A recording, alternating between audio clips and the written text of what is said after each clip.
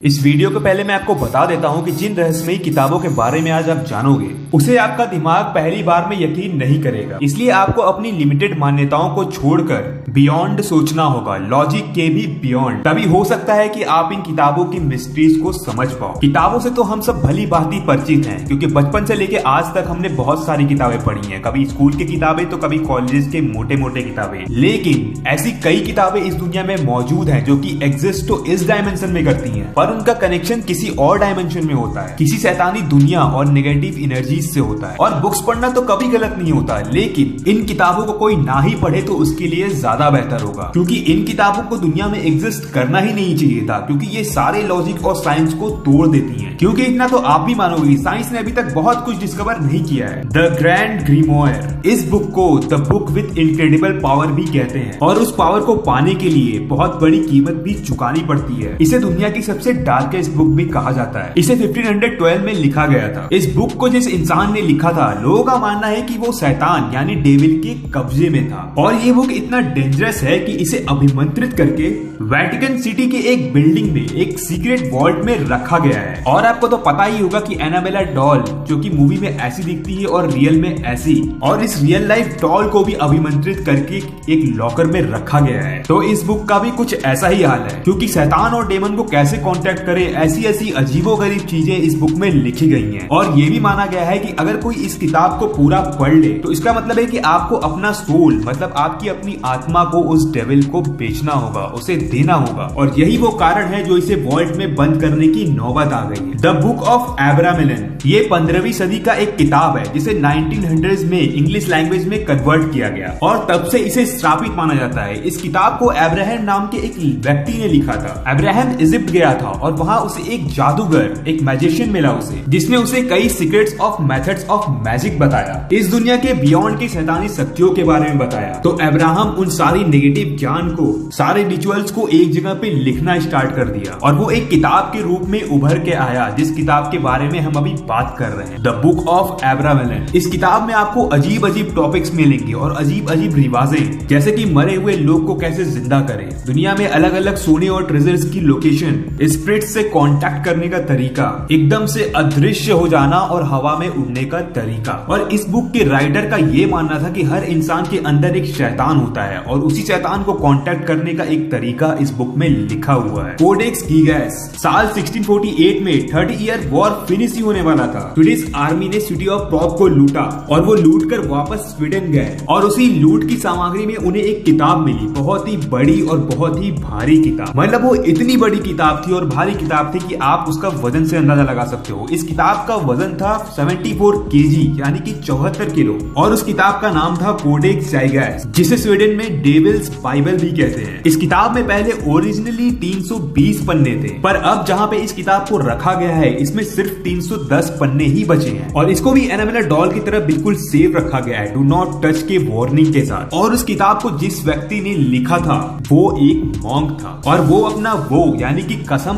तोड़ा था। अपनी साधु की कसम को तोड़ने के बाद उसने अपने आप को पनिशमेंट देने के लिए खुद को एक रूम में लॉक कर दिया, और बिना खाने के और मरने के लिए तैयार हो गया। और मरने से पहले उसने ये ठान लिया कि जो भी सीक्रेट्स मैं इस दुनिया के बारे में जानता हूँ, या जो भी जादू टोना मैं इस दुनिया के बारे में जानता हूँ, उसको एक जगह पर लिखूंगा। फाइनल नाइट, यानी कि उसकी जिंदगी की आखिरी रात भी वो उस बुक को कंप्लीट नहीं कर पाया था, और इसलिए उसने डेविल को बुलाया उस बुक को कंप्लीट करने के लिए। और डेविल को बुलाने के बाद मॉन्क ने उस डेविल से कहा कि मेरी आत्मा ले लो, लेकिन इस बुक को कंप्लीट कर दो। और करोड़ों लोगों का ये मानना है कि उस बुक को कंप्लीट खुद डेविल ने किया था, और वही वो आखिरी 10 पेजेस थे जो कि डेविल के हाथों से लिखा गया था। और बाद में जाके हुआ ये कि डेविल के हाथों से लिखी गई 10 पेजेस को किसी ने रिमूव करके चुरा लिया, और वो सीक्रेट नॉलेज किसके पास है, वो उसका सही इस्तेमाल या गलत इस्तेमाल कर रहा है, ये बात अभी तक किसी को नहीं पता। और अभी रियल टाइम में भी कहीं न कहीं वो 10 पेजेस किसी न किसी के पास मौजूद है, लेकिन किसके पास है ये कोई नहीं जानता।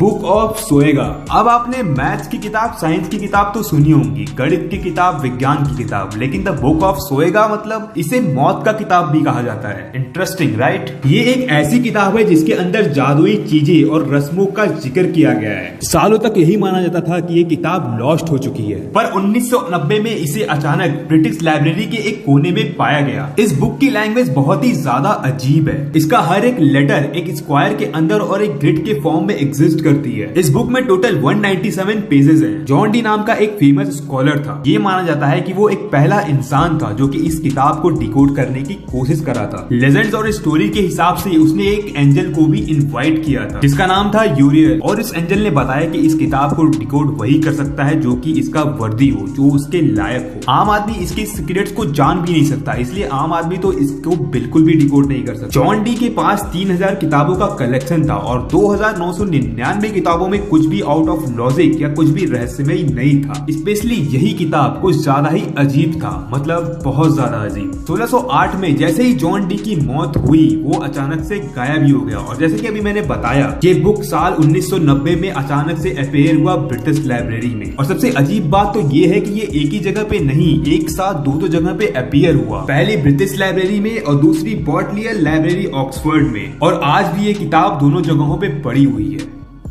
नेक्रोनोमिकॉन, इसे मौत का द्वार भी कहा जाता है। मरे हुए लोग को कैसे कांटेक्ट करें, इसका एग्जैक्ट तरीका इस बुक में दिया हुआ है। इस बुक के हर एक पेज में आपको अजीब अजीब क्रिएचर्स दिखेंगे। ये नेक्रोनोमिकन किताब Friday the 13th series, Evil Dead series और ऐसे कई हॉरर सीरीज में भी अपीयर हो चुका है। मैसाचुसेट्स के मिस्केटोनिक यूनिवर्सिटी में आज भी इस किताब को इस यूनिवर्सिटी में रखा गया है और ओरिजिनल कॉपी को इसमें कैद करके रखा गया है। इसे most haunted book of all time भी कहा जाता है। ग्रीमोयर को मैजिक का किताब भी बोला जाता है। इस किताब में काला जादू और अलग अलग मैजिक का जिक्र किया गया है। जो लोग ब्लैक मैजिक पे यकीन भी नहीं करते थे, इस किताब को पढ़ने के बाद उन्होंने ब्लैक मैजिक को ही अपनी जिंदगी का मकसद बना लिया। इस बुक का लैंग्वेज अननोन नहीं है और इसे डिकोड भी किया जा चुका है, लेकिन जो इसे पढ़ता है उसका दिमाग पूरी तरह से ब्रेन वॉश हो जाता है। The orphan story. The orphan story एक ऐसी किताब है जिसे अर्ली 1600s में लिखा गया था। ये किताब भी एक मॉन्क यानी कि एक साधु के हाथों से लिखा गया था। इस बुक को भी डिकोड और ट्रांसलेट किया गया है, पर सबसे स्केरी बात यह है कि इस बुक को सबसे ज्यादा श्रापित माना जाता है। इस बुक पे एक जवान लड़के की कहानी है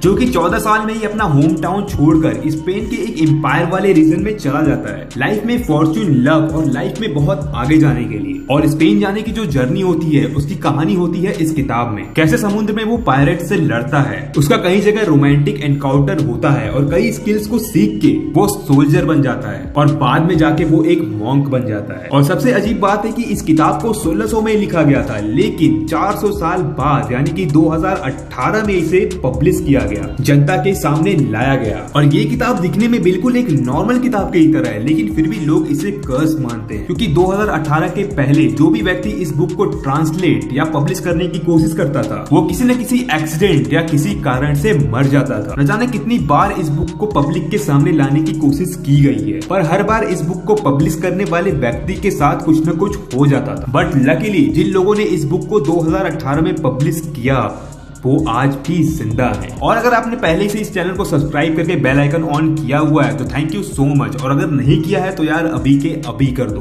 क्योंकि ऐसे ही साइंस और फिक्शन रिलेटेड वीडियोस आपके लिए हमेशा आती रहेंगी। और अगर चैनल को सब्सक्राइब नहीं किया है तो अभी सब्सक्राइब कर दो। मिलते हैं नेक्स्ट वीडियो में।